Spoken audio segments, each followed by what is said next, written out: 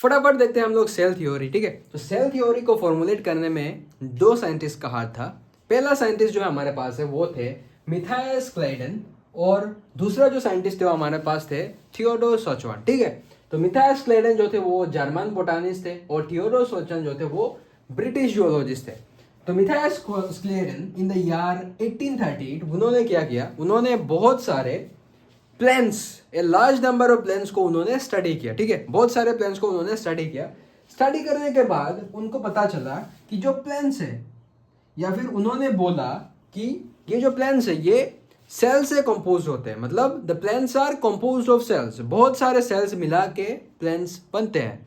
ठीक है, और जो सेल्स है बहुत सारे सेल्स मिला के क्या बनते हैं, टिश्यू, और जब टिश्यू मिला के क्या बनते हैं, प्लेन्स बनते हैं। ठीक है, तो उन्होंने बोला कि a large number of plants उन्होंने स्टडी किया और उन्होंने बोला कि प्लेन्स जो थे वो कंपोज्ड ऑफ सेल्स, एंड बहुत सारे सेल्स मिला के क्या बनते हैं, टिश्यू बनते हैं। ठीक है, दूसरा जो साइंटिस्ट है हमारे पास वो है थियोडोर सोचन, वो एक ब्रिटिश जियोलॉजिस्ट थे। उन्होंने इन द ईयर 1839 उन्होंने क्या बोला, उन्होंने बहुत सारे एनिमल सेल को उन्होंने स्टडी किया। एनिमल सेल स्टडी करने के बाद उन्होंने क्या बोला, उन्होंने बोला कि एनिमल सेल्स जो थे उनका जो कवरिंग है एक थीन लेयर से वो कवर्ड होते हैं। Animal cells are covered by a thin layer, और वो जो थीन लेयर है उसको हम लोग अभी के जमाने में प्लाज्मा मेम्ब्रेन बोलते हैं। ठीक है, तो animal cells are covered by a thin layer, और वो थीन लेयर क्या है, प्लाज्मा मेम्ब्रेन। और दूसरा भी एक चीज बोला है उन्होंने बोला कि सेल वॉल जो है, सेल वॉल प्लांट्स का एक यूनिक कैरेक्टर है। तो उन्होंने क्या किया, उन्होंने एनिमल सेल भी स्टडी किया, उन्होंने प्लांट सेल भी स्टडी किया। तो एनिमल सेल स्टडी करने का उन्होंने क्या पता चला कि animal cell are covered by thin layer, जिसको हम लोग अभी प्लाज्मा मेम्ब्रेन बोलते हैं, और जो प्लांट सेल्स है, प्लांट सेल में जो कवरिंग है उसे सेल वॉल बोलते हैं, और ये एक यूनिक फीचर है।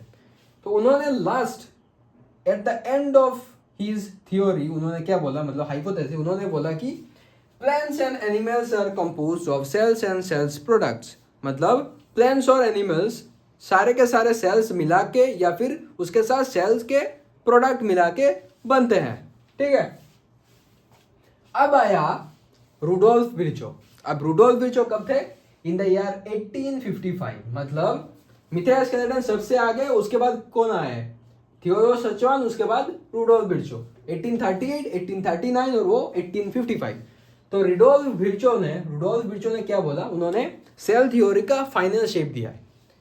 मिथाइल स्केलेटन ने कुछ बोला सेल थ्योरी के बारे में, उसके बाद थियोडोर सोचवान ने भी कुछ बोला है सेल थ्योरी के बारे में। ठीक है, अभी हमारे पास आया रुडोल्फ विर्चो ने क्या बोला, उन्होंने सब मिला के एक फाइनल शेप दिया है। मतलब जो फाइनल फिनिशिंग टच जिसे बोलते हैं आप लोग, वो रुडोल्फ विर्चो ने। उन्होंने क्या बोला, पहला जो उन्होंने जो बोला है उसका नाम है ओमनिस सेलुलाई सेलुला।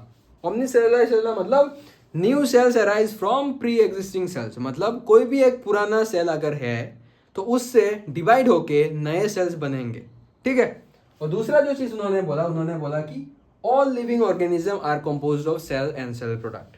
ठीक है, यहाँ पे जो थियोडोर सोचवान ने क्या बोला था, plants and animals are composed of cells and cell product, और रुडोल्फ विर्चो ने बोला कि all living organism. Theodor Schwann ने सिर्फ प्लांट्स और एनिमल्स के बारे में बोला है, लेकिन रुडोल्फ विर्चो ने क्या बोला, रुडोल्फ विर्चो ने सारे लिविंग ऑर्गेनिज्म के बारे में बोला है। ठीक है,